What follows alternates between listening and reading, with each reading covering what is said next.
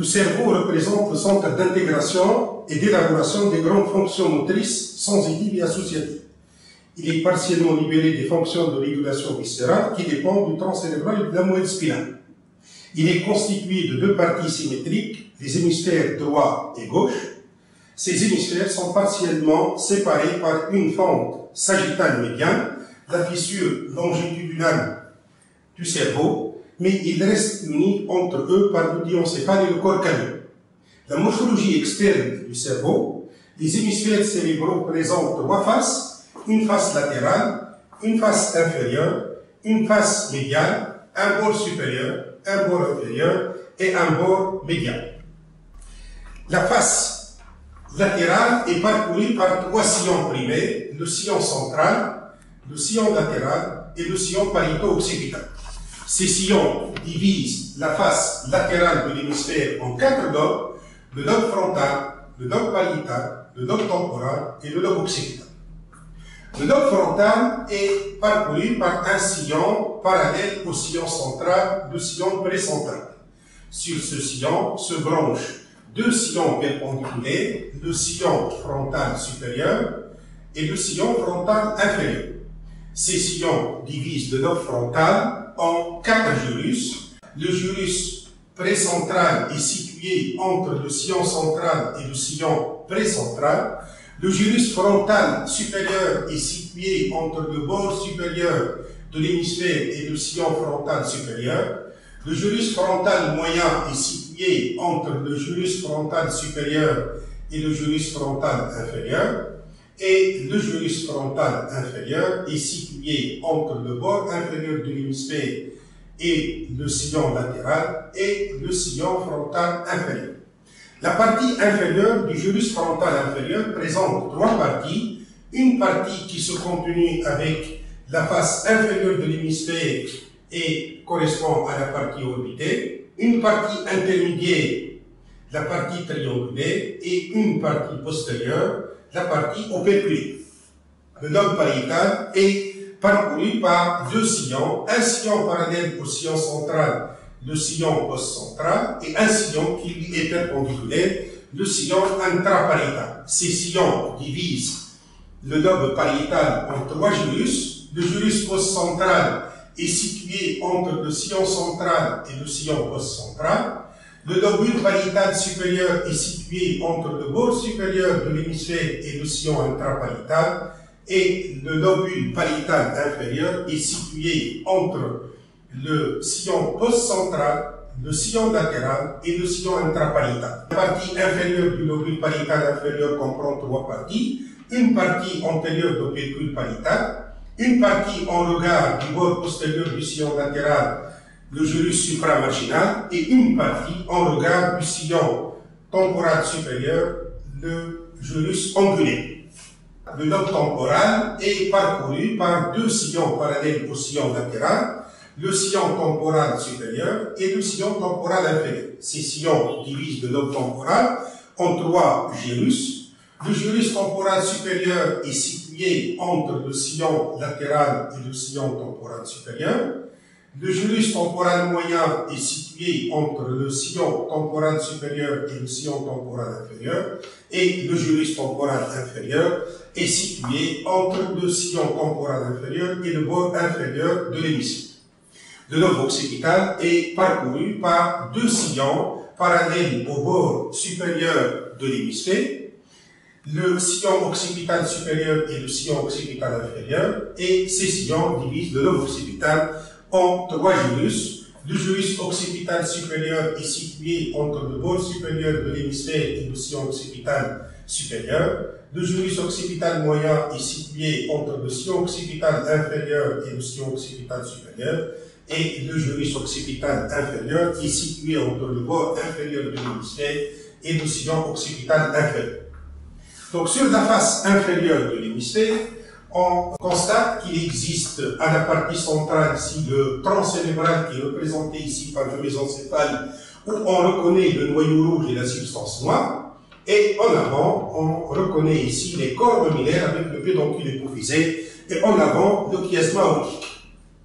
Sur la face inférieure de l'hémisphère, le cerveau présente deux parties. en marche d'escalier, l'une antérieure de la partie frontale, l'autre postérieure de la partie occipito-temporale. La face inférieure du lobe frontal est parcourue par deux sillons, un sillon antéro-postérieur, le sillon olfactif où siège le bulbe olfactif, et un sillon en forme de croix, le sillon orbitaire, qui délimite quatre gyrus orbitaires, le gyrus orbitaire médial, le gyrus orbitaire antérieur, le gyrus orbitaire latéral et le gyrus orbitaire postérieur. La partie postérieure, temporo-occipitale, est parcourue par un sillon antéro-postérieur, le sillon occipito-temporal, et un sillon qui lui est parallèle, le sillon collatéral. Ces sillons divisent la face inférieure en deux gyrus, un gyrus temporal latéral et un gyrus temporal médial. Le gyrus temporal médial est composé de trois parties. Le gyrus para-hippocampal, l'hippocampe et la partie antérieure du gyrus lingulaire. Le lobe occipital est constitué de deux gyrus, le gyrus occipital médial et le gyrus occipital latéral. Le gyrus temporal latéral et le gyrus occipital latéral sont en continuité l'un avec l'autre et forment le gyrus occipito-temporal latéral. Le gyrus temporal médial est en continuité avec le gyrus occipital médial et forme le gyrus occipito-temporal médial. La face médiale de l'hémisphère est composée d'une partie centrale qui est formée par le corps calleux, le septum pellucidum, le fornix et le diencéphale, où on remarque ici la limite inférieure du thalamus avec l'adhérence interthalamique, la commissure cérébrale antérieure, la lame terminale, le chiasma optique, le pédoncule hypophysaire, le corps mammillaire et le pédoncule cérébral, et en arrière, la glande pinéale. Et entre le diencéphale et le corps calleux, à ce niveau-là, se trouve la fissure transverse du cerveau. La face médiale du cerveau est parcourue par un sillon curviligne qui contourne le corps calleux, c'est le sillon singulaire. Il est situé à mi-distance entre le bord supérieur et le corps calleux. Ce sillon s'incurve en arrière et se continue avec le sillon post-central. Il se prolonge en arrière par un sillon qui est parallèle au corps calleux, c'est le sillon subpariétal. Donc ce sillon divise la face médiale de l'hémisphère en un gyrus frontal médial qui est le plus étendu, qui est situé entre le bord supérieur de l'hémisphère et le sillon singulaire, et à la partie postéro-inférieure se trouvent deux petits gyrus, le gyrus paraterminal et le gyrus subcalleux. Sur la face médiane se prolonge le gyrus précentral et le gyrus postcentral. Le gyrus précentral et le gyrus postcentral forment sur la face médiane de l'hémisphère le lobule paracentral. En arrière du lobule paracentral se prolonge le lobule pariétal supérieur et qui est représenté ici par le précunus. Le lobe temporal présente deux sillons ici, le sillon collatéral et le sillon occipito-temporal. Donc ces sillons divisent le lobe temporal en gyrus temporal médial et gyrus temporal latéral. Le gyrus temporal médial est composé de trois parties. Il est composé par le gyrus para-hippocampal, par l'hippocampe, et il se prolonge en arrière par deux racines, une racine supérieure qui se continue avec l'isthme du gyrus singulaire et une partie postérieure qui se continue avec le gyrus lingulaire. Le gyrus singulaire est situé entre le sillon singulaire et le sillon du corps calleux. Et il se prolonge en arrière par l'isthme du corps calleux qui se prolonge avec le gyrus temporal médian. Le lobe occipital est constitué par deux gyrus, le gyrus occipital latéral et le gyrus occipital médial, et en haut par un gyrus qui est situé entre le sillon singulaire et le sillon parieto-occipital et qui s'appelle le cunus. La morphologie interne sera étudiée sur deux coupes, la coupe frontale du cerveau et la coupe transversale du cerveau. Dans les deux coupes apparaît le diencéphale au centre, qui est représenté par les deux thalamus qui sont divergents vers le haut. Entre les deux thalamus apparaît ici le troisième ventricule. Et en avant se trouve ici le tronc du corps calleux, le septum pellucidum et le fornix. Et latéralement, les ventricules latéraux avec les plexus choroïdes des ventricules latéraux, et entre les deux thalamus, le troisième ventricule avec les plexus choroïdes du troisième ventricule. Au-dessous du thalamus apparaissent des noyaux subthalamiques et l'hypothalamus de chaque côté et qui comprend les deux corps mammillaires. Latéralement apparaissent les tractus optiques. Le cerveau est constitué par un cortex cérébral périphérique, par des noyaux stelliés et par la substance blanche. Les noyaux stelliés sont représentés par le corps du noyau codé, la queue du noyau codé. Le noyau lenticulaire est constitué par le putamen en dehors et le lobus pallidus en dedans. Et en dehors du noyau lenticulaire se trouve le claustrum. Les noyaux striés et le thalamus délimitent des capsules. La capsule interne est située entre le thalamus et le noyau lenticulaire. La capsule externe est située entre le noyau lenticulaire et le claustrum, et la capsule extrême est située entre le claustrum et le cortex du lobe de l'insula.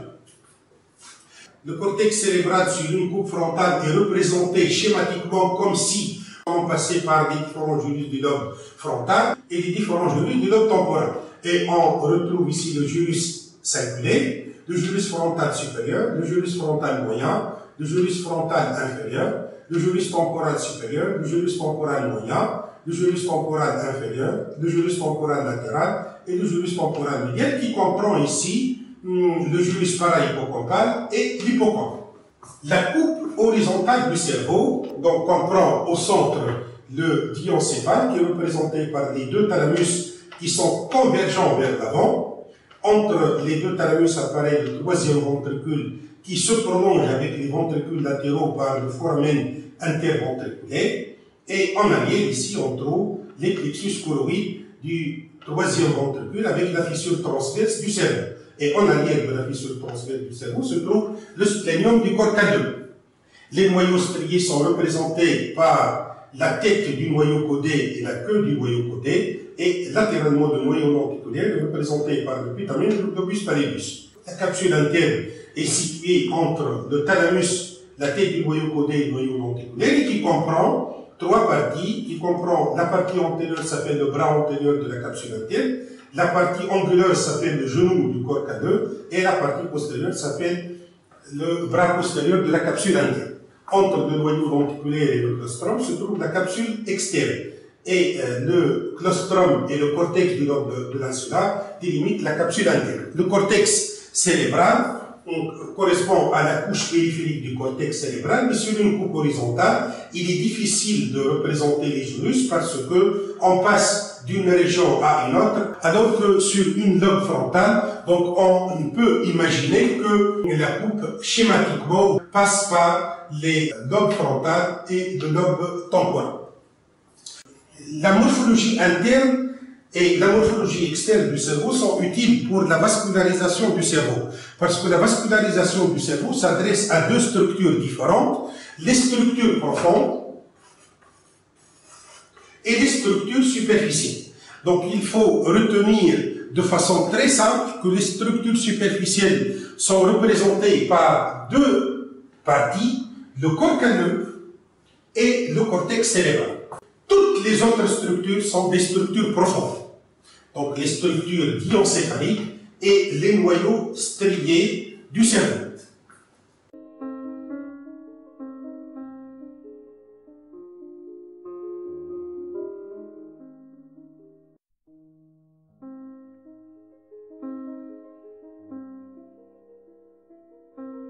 Vascularisation de l'encéphale. La vascularisation de l'encéphale est primordiale pour la survie du cerveau. Elle lui assure un apport important d'oxygène et de glucose. Capillaire, elle est caractérisée par l'étendue du lit capillaire artériel et de l'absence de vaisseaux lymphatiques. Premièrement, artères du tronc cérébral et du cervelet. Les artères du tronc cérébral et du cervelet proviennent principalement des artères vertébrales et accessoirement des artères carotides internes. Premièrement, L'artère vertébrale. L'artère vertébrale pénètre dans le crâne par le foramen magnum. Elle contourne la face antérolatérale de la moelle en danger et se termine au niveau du foramen secum où elle s'unit à celle du côté opposé pour former l'artère basilaire. L'artère vertébrale donne deux branches pour la moelle spinale qui sont les artères spinales antérieures et postérieures. Et une branche pour le cervelet, l'artère cérébelleuse postéro-inférieure. L'artère cérébelleuse postéro-inférieure se porte en arrière et se divise en deux branches, l'artère vermienne inférieure et l'artère marginale inférieure, qui se distribuent au vermis inférieur et à la partie postéro-inférieure de l'hémisphère cérébelleux. L'artère basilaire. L'artère basilaire monte dans le sillon basilaire et se divise un peu au-dessus du pont en deux branches terminales, les artères cérébrales postérieures. Elle donne les artères pontiques et mésencéphaliques qui se distribuent au pont et au mésencéphale et deux paires d'artères cérébelleuses qui sont les artères cérébelleuses antéro-inférieures et les artères cérébelleuses supérieures. L'artère cérébelleuse antéro-inférieure naît de la partie moyenne de l'artère basilaire. Elle se distribue à la partie antéro-inférieure de l'hémisphère cérébelleux et à la partie inféro-latérale du pont. Elle donne souvent l'artère labyrinthique dans 85% des cas.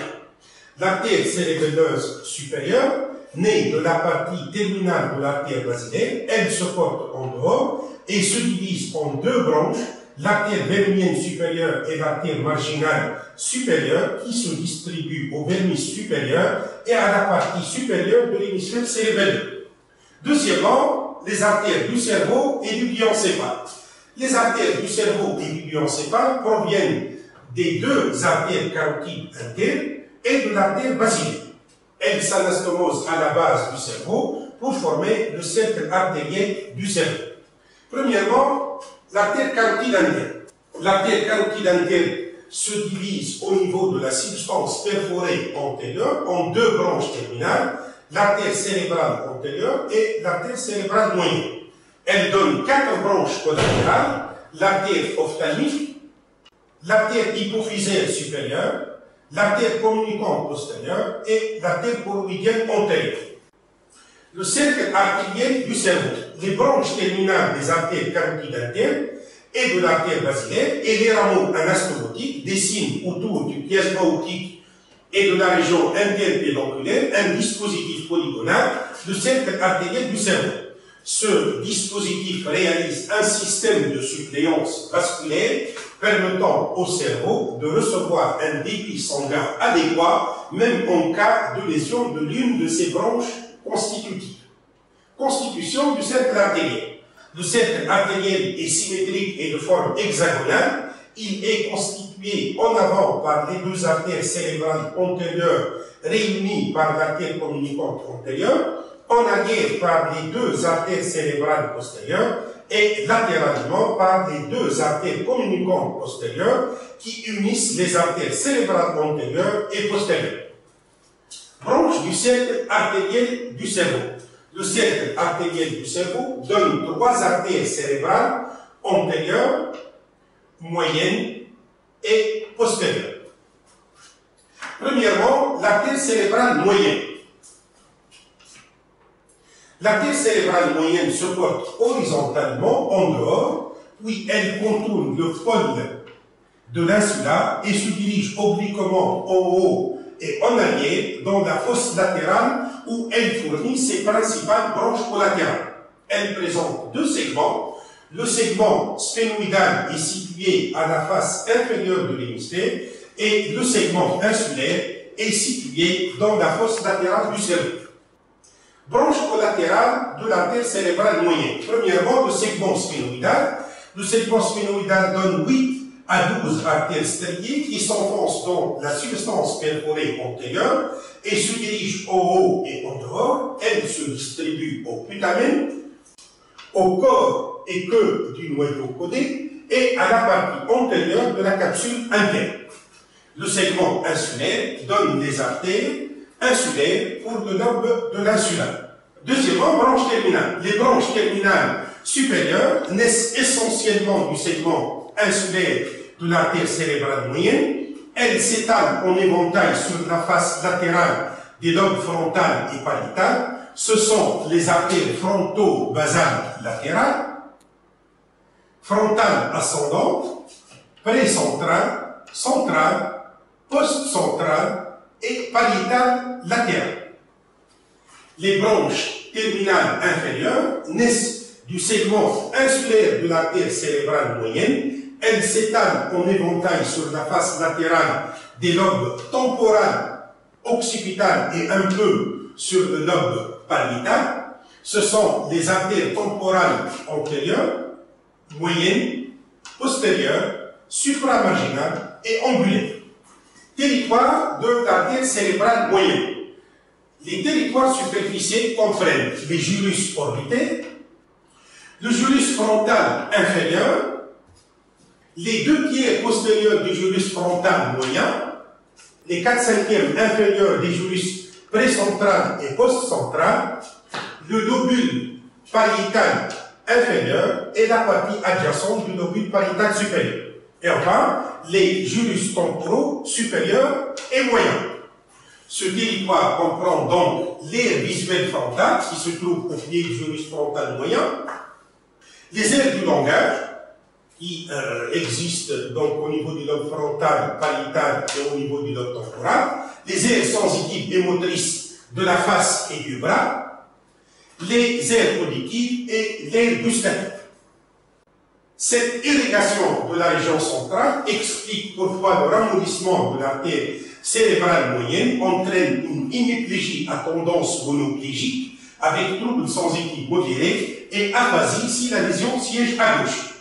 Deuxièmement, les territoires centraux. Les territoires centraux comprennent le putamen, corps et queue du noyau caudé et la partie antérieure de la capsule interne. Deuxième artère, l'artère cérébrale antérieure. L'artère cérébrale antérieure se porte en avant et en dedans vers la fissure longitudinale du cerveau. Elle s'unit à celle du côté opposé par l'artère communicante antérieure. Elle se divise en deux branches, l'artère péricaleuse et l'artère calloso-marginale. Elle présente deux parties, la partie précommunicante et la partie post-communicante. Branche collatérale de la partie précommunicante. La partie précommunicante donne 8 à 10 artères striées qui se distribuent à la tête du noyau caudé. Elle donne aussi des artères suprapontiques qui se distribuent au nerf optique et à la partie antérieure de l'hypothalamus. La partie post-communicante donne 4 branches importantes qui se distribuent en majeure partie à la face médiane des lobes frontal et pariétal. Ce sont les artères fronto-basales médiales, fronto-polaire, calloso-marginal et péricaleuse. Les territoires superficiels comprennent le gyrus droit du lobe frontal, toute la face médiane de l'hémisphère jusqu'au sillon pariéto-occipital, c'est-à-dire le gyrus frontal médial, le gyrus singulaire, le lobule paracentral et le précunus. Les 4/5 antérieurs du corps calleux, sur la face latérale de l'hémisphère, le gyrus frontal supérieur, le tiers antérieur du gyrus frontal moyen, la partie supérieure des gyrus précentral et post-central et le lobule pariétal supérieur. Ce territoire comprend donc l'aire sensitive et motrice du membre inférieur. Les territoires profonds comprennent le septum péllucidant, la partie antérieure de l'hypothalamus et la tête du noyau caudé. Application clinique, l'obstruction de la partie terminale de l'artère cérébrale antérieure s'accompagne de monoplégie contralatérale avec paralysie du pied accompagnée de fait de la sensibilité dans le territoire correspondant à la paralysie.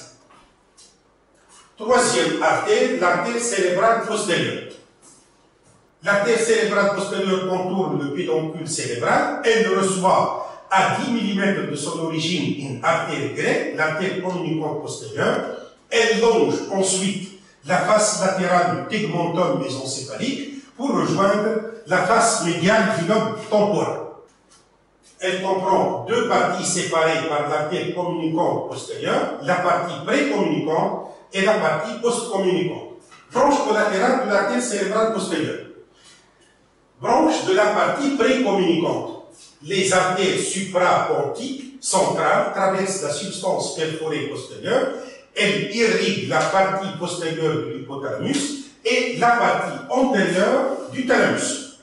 Branche de la partie post-communicante. Elles constituent les artères centrales postéro-latérales. Elles comprennent les artères pédonculaires pour le pédoncule cérébral, l'artère thalamo-géniculée pour la partie postérieure du thalamus, le corps géniculé médial et le corps pinéal, l'artère choroïdienne postéro-médiale pour le troisième ventricule, l'artère choroïdienne postéro-latérale pour le ventricule latéral et l'artère de l'hippocampe qui peut naître de l'artère choroïdienne postéro-latérale. Branche terminale de l'artère cérébrale postérieure. Les branches médiales s'étalent sur la face médiale des lobes temporal et occipital et un peu sur le lobe pariétal. Ce sont les artères temporales antérieures, moyennes, postérieures, occipito-temporale, péricardiose postérieure, pariéto-occipitale et calcaire. Territoire artériel. Les territoires superficiels comprennent le gyrus temporal médial, le gyrus temporal latéral, le gyrus temporal inférieur et le lobe occipital. Ce territoire comprend les aires visuelles. La lésion de cette artère entraîne constamment des troubles visuels. Les territoires profonds comprennent la partie postérieure de l'hypothalamus, le thalamus, le corps géniculé médial et la glande pinéale. Quatrième artère, l'artère communicante postérieure. L'artère communicante postérieure se détache de l'artère carotide interne. Elle se dirige en arrière, croise la face inférieure du tractus optique et s'anastomose avec l'artère cérébrale postérieure. Elle fournit plusieurs rameaux qui se distribuent au tractus optique, à la région interpédonculaire et au gyrus parahypocampal. Artère choroïdienne antérieure, l'artère choroïdienne antérieure naît de l'artère carotide interne, elle longe le bord latéral du tractus optique, puis elle s'enfonce dans la corne temporale du ventricule latéral, elle chemine dans le plexus choroïde latéral jusqu'au voisinage du foramen interventriculaire. Elle fournit des rameaux pour le corps amygdaloïde, la queue du noyau codé, le globus pallidus médial, le genou et le bras postérieur de la capsule interne. Donc, au total, il y a trois artères principales. L'artère cérébrale antérieure, l'artère cérébrale moyenne et l'artère cérébrale postérieure. On va commencer premièrement par l'artère cérébrale moyenne. L'artère cérébrale moyenne est située à la partie centrale de l'hémisphère cérébral. Bien sûr, elle est du côté latéral. Donc, elle va irriguer la partie superficielle, donc qui est en regard, et la partie profonde qui est aussi en regard. Voici donc la partie moyenne superficielle, et la partie profonde qui est en regard va être formée par ici le putamen, le corps du noyau codé, la queue du noyau codé. La même chose ici, nous sommes aussi au niveau de la partie centrale, donc le putamen, la queue du noyau codé, et bien sûr ça c'est une coupe horizontale, donc elle passe par la tête du noyau codé et la queue du noyau codé. Donc ça c'est l'artère cérébrale moyenne. Donc l'artère cérébrale moyenne est située à la partie centrale de l'hémisphère cérébral. Donc elle irrigue la partie centrale périphérique et la partie centrale profonde. Deuxième artère, l'artère cérébrale antérieure. L'artère cérébrale antérieure, elle est essentiellement antérieure et médiale. Donc elle va irriguer la partie antérieure et médiale de l'hémisphère cérébral. Donc si on voit ici la coupe frontale, donc on voit qu'elle irrigue une petite partie qui est proche de la fissure longitudinale du cerveau, la même chose ici, et la tête du noyau codé qui est proche de cette artère. Donc, et bien sûr, on voit son territoire sur la face médiale de l'hémisphère cérébral. Donc l'artère cérébrale antérieure, elle est antérieure et médiale. Troisième artère, l'artère cérébrale postérieure. L'artère cérébrale postérieure, elle est postérieure et inférieure, c'est-à-dire en contact avec le lobe temporal et avec le lobe occipital. Donc elle est médiale par rapport au lobe temporale. Elle empiète sur la face latérale de l'hémisphère, donc le gyrus temporal médial, latéral et inférieur. Elle irrigue ici le lobe occipital et elle va irriguer la partie profonde qui est en regard et constituée par le thalamus et un peu par l'hypothalamus.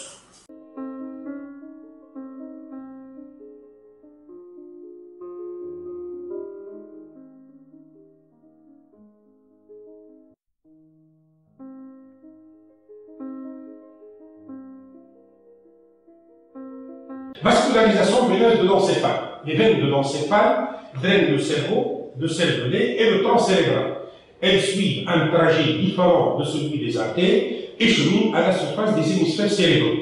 Elles sont constituées d'une paroi mince, dépourvue de fibres musculaires. Elles sont avaldurées. Elles se répartissent en 4 groupes: les veines cérébrales superficielles, les veines cérébrales profondes, les veines du tronc cérébral et les veines du cervelet. Premièrement, veines cérébrales superficielles.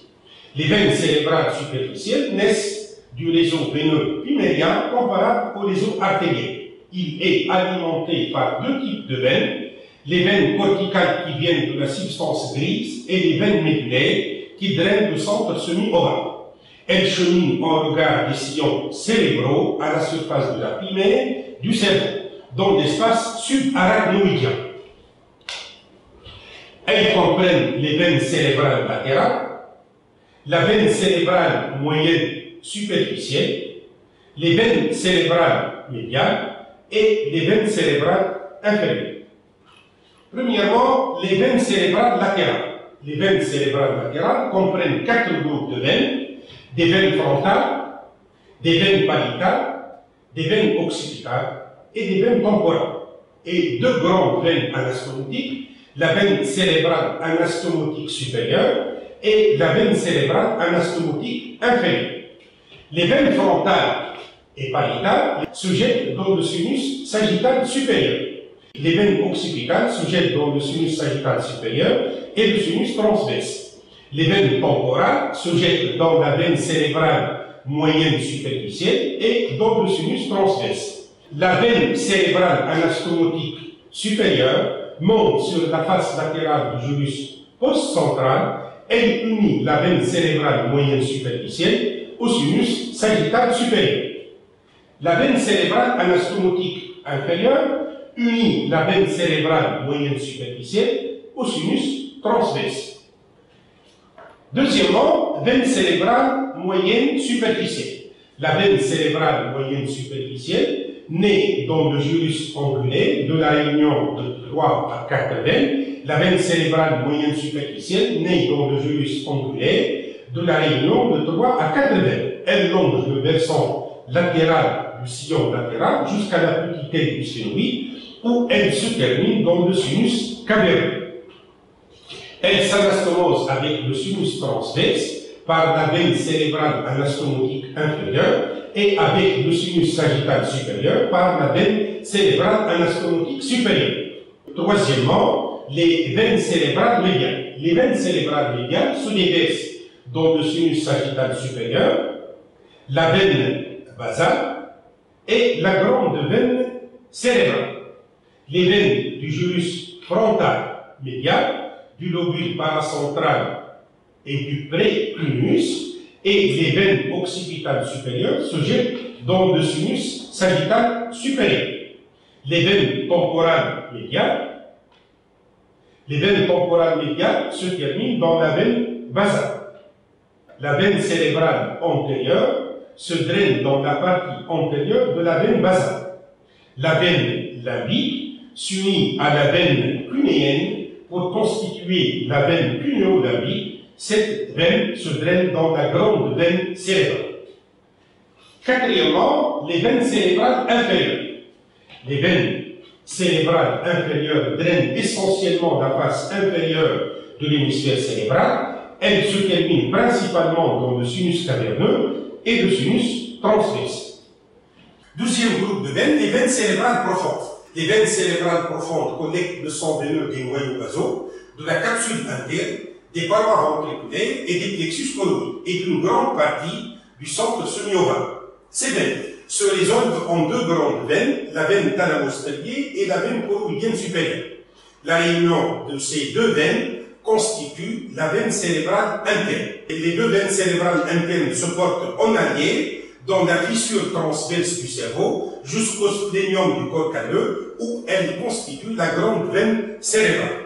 La grande veine cérébrale reçoit la veine basale, elle reçoit aussi la veine cuneo-lambique et elle se termine dans la partie antérieure du sinus droit. Question numéro 13. Les propositions suivantes concernent les veines cérébrales. La veine cérébrale moyenne superficielle se termine dans le sinus caverneux. Oui, c'est juste. La veine cérébrale anastomotique inférieure unit le sinus caverneux au sinus transverse. Non, elle unit la veine cérébrale moyenne superficielle au sinus transverse. La veine cérébrale anastomotique supérieure unit le sinus sagittal supérieur au sinus caverneux. Non, elle unit la veine cérébrale moyenne superficielle au sinus sagittal supérieur. Les veines temporales médiales se terminent dans la veine basale. Oui, c'est juste. La grande veine cérébrale se termine dans l'extrémité antérieure du sinus droit. Oui, c'est juste. Question numéro 15. Citez les 4 groupes de veines de l'encéphale. Réponse. Les veines cérébrales superficielles, les veines cérébrales profondes, les veines du tronc cérébral et les veines du cervelet. Question numéro 16. Citez les veines cérébrales superficielles. Réponse. Les veines cérébrales latérales, la veine cérébrale moyenne superficielle, les veines cérébrales médiales et les veines cérébrales inférieures.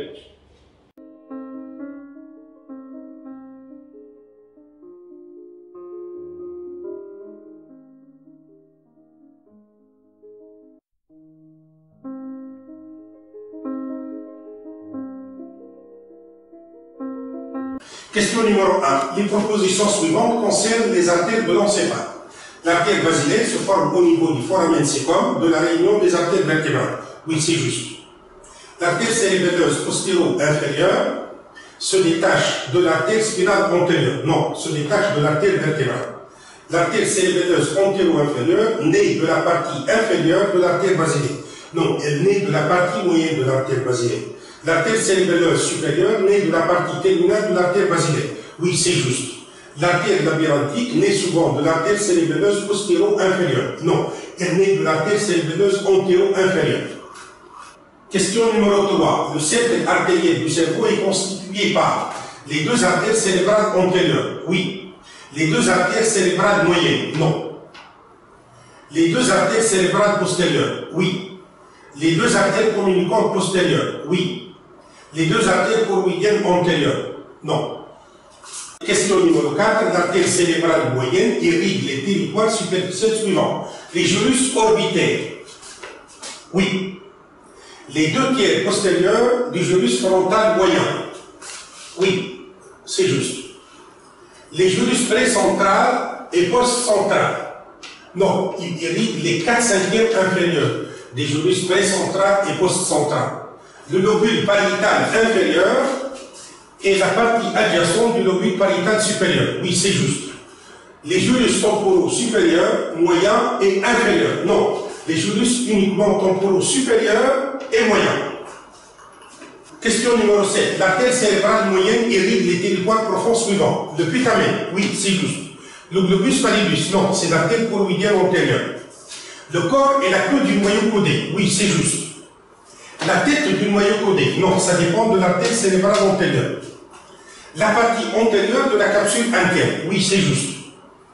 Question numéro 8. L'artère cérébrale antérieure irrigue les territoires superficiels suivants. Le gyrus droit du lobe frontal. Oui, c'est juste.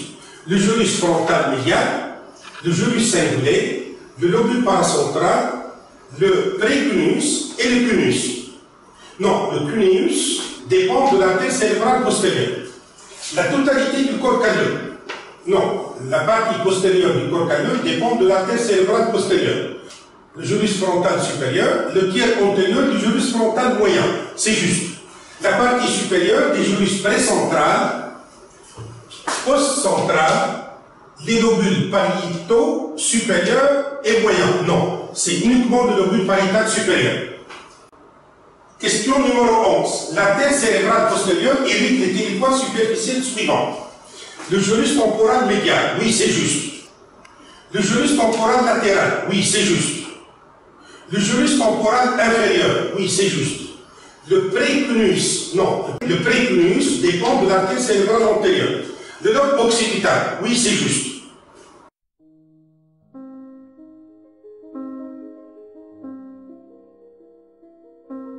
Question numéro 1. Citez les branches collatérales de l'artère vertébrale intercrânienne. L'artère spinale antérieure, l'artère spinale postérieure, l'artère cérébelleuse postéro-inférieure. Question numéro 2. Citez les branches terminales de l'artère cérébrale postéro-inférieure. Réponse. L'artère vernienne inférieure, l'artère vaginale inférieure. Question numéro 3. Citez les artères cérébelleuses et les branches terminales qui se détachent de l'artère basilaire. Réponse. Les artères cérébelleuses antéro-inférieures, les artères cérébelleuses supérieures, les artères cérébrales postérieures. Question numéro 4. Citez les branches collatérales et terminales de l'artère carotide interne. L'artère cérébrale antérieure, l'artère cérébrale moyenne, l'artère ophtalmique, l'artère hypophysaire supérieure, l'artère communicante postérieure et l'artère poroïdienne antérieure. Question numéro 5. Citez les branches constitutives du cercle artériel du cerveau. Réponse. Les deux artères cérébrales antérieures, l'artère communicante antérieure, les deux artères cérébrales postérieures, les deux artères communicantes postérieures. Question numéro 6. Citez les deux segments de l'artère cérébrale moyenne.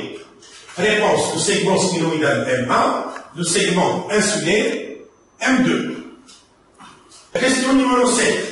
Indiquez les territoires superficiels de l'artère cérébrale moyenne.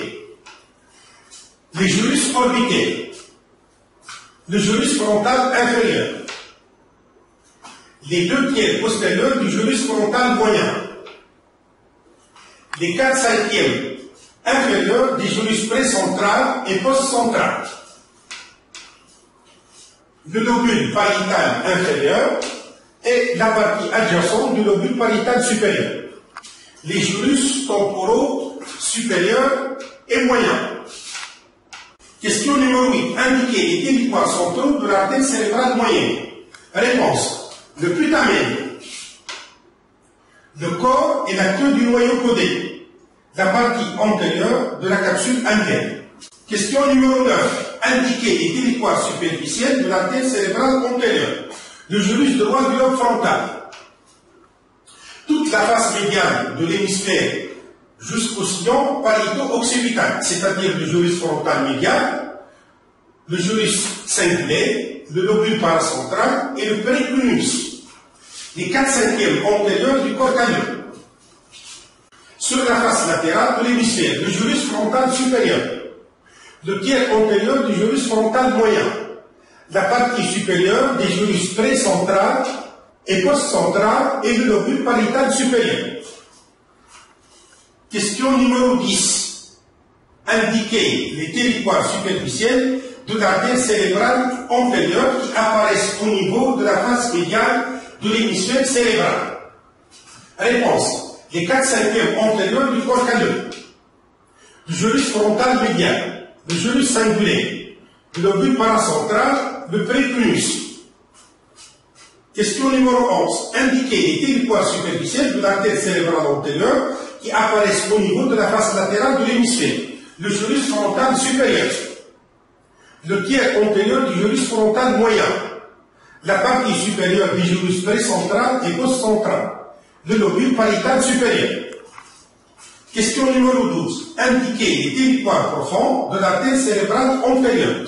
Le septum péllucidum, la partie antérieure de l'hypothalamus, la tête du noyau codé. Question numéro 13. Indiquez les territoires superficiels de l'artère cérébrale postérieure. Le gyrus temporal médial, le gyrus temporal latéral, le gyrus temporal inférieur, le lobe occipital. Question numéro 14. Indiquez les territoires profonds de l'artère cérébrale postérieure. La partie postérieure de l'hypothalamus, le thalamus, le corps géniculé médial et la glande pinéale.